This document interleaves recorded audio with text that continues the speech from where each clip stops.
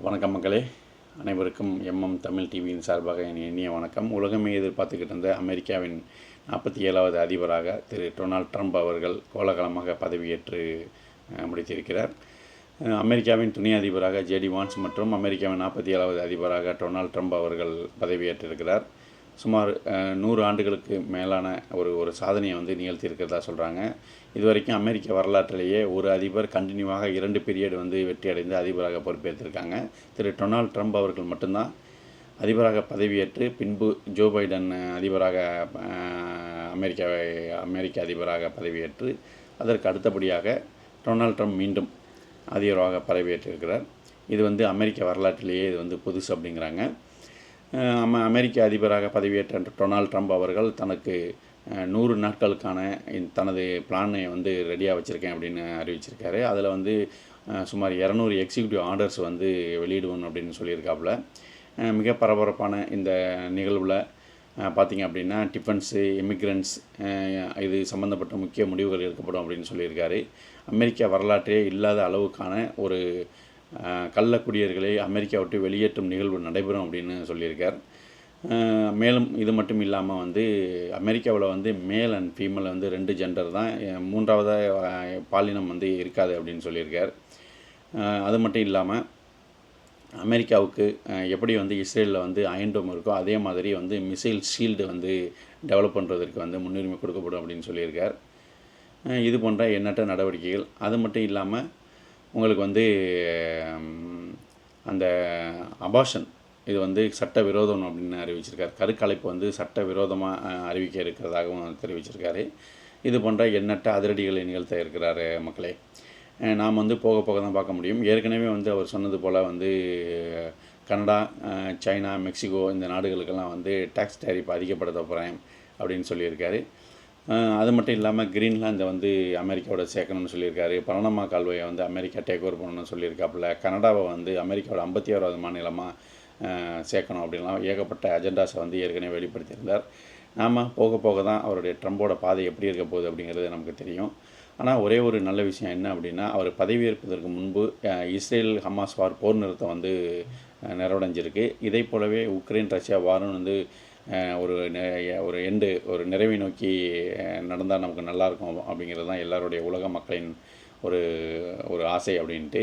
அது மட்டும் இல்லாமல் அமெரிக்க டாலருக்கு எதிராக உலக நாடுகள் வேறு ஒரு கரன்சி இன்ட்ரடியூஸ் பண்ணணும் அப்படின்னு சொல்லி போய்கிட்டு இருக்கப்ப அவர் டொனால்ட் ட்ரம்ப் அவர்கள் ஒரு கிரிப்டோ கரன்சியை அறிமுகப்படுத்தியிருக்காரு. அது கிட்டத்தட்ட 14 பில்லியன் டாலரை வர்த்தகத்தை நடத்தி முடிச்சிருக்கு.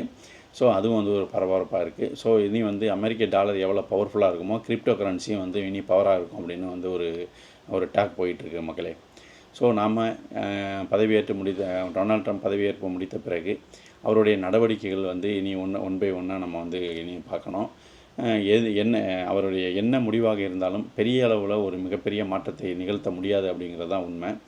என்ன ரீசன் அப்படின்னா அவர் சைனாவுக்கு எதிரான அந்த ஒரு வர்த்தக போர் ஈடுபடுவார் அப்படின்னு மக்கள் எல்லாமே ஒரு பயத்தில் இருக்காங்க.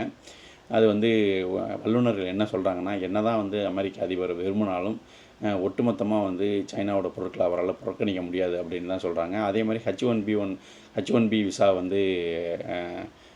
கட்டுப்படுத்தணும் அப்படின்னு சொல்லிக்கிட்டு இருக்கார். H1B விசாவையும் மிகப்பெரிய அளவிலலாம் ஒன்றும் கட்டுப்படுத்த முடியாது. காரணம் என்ன, உங்களுக்கு அமெரிக்காவோட டெக் இண்டஸ்ட்ரி அதிகமாக ஃபாரினர்ஸை டிபெண்ட் பண்ணிக்கிருக்கு. எஸ்பெஷலி இந்தியன்ஸ் ரொம்ப ஒரு மிகப்பெரிய அளவில் அமெரிக்காவுக்கு பணி புரிஞ்சிக்கிட்டு இருக்காங்க டெக் இண்டஸ்ட்ரியில். எண்ணற்ற அந்த தொழில்நுட்ப துறைகளில் வெளிநாட்டினர்களின் ஆதிக்கம் அதிகமாக இருக்குது. குறிப்பாக இந்தியர்களின் ஆதிக்கம் அதிகமாக இருக்குது மக்களே. அது இல்லாமல் உலகத்திலேயே கை தேர்ந்த டாக்டர்ஸ் எல்லாம் வெளிநாடுகளில் படித்து நிபுணத்துவம் பெற்ற மிகப்பெரிய அளவிலான நிபுணத்துவம் பெற்ற டாக்டர்ஸ்லாம் யூஎஸில் தான் இருக்காங்க. ஸோ பெரிய அளவில் டொனால்ட் ட்ரம்பால் ஒரு மாற்றத்தை நிகழ்த்த முடியாது என்றாலும் இது போன்ற சிறிய சர்ச்சைகள் நடந்துக்கிட்டு தான் இருக்கும். ஏதாவது இஷ்யூஸ் போய்கிட்டு தான் இருக்கும். ஆனால் மிகப்பெரிய மாற்றம் இருக்காது. அவர் 2வது அதிபர் தவணை இது. அதனால் ஓரளவுக்கு சிறப்பாக செயல்படுவார் அப்படின்னு தான் மக்கள் எல்லாருமே எதிர்பார்த்துக்கிட்டு இருக்காங்க. சமீபத்தில் நீங்கள் தெரியும் சனிக்கிழமை வந்து டிக்டாக் செயலி வந்து ஒரு சிறிய நேரம் வந்து செயல்படாமல் வந்து இதானுச்சு பேன் பண்ணியிருந்தாங்க.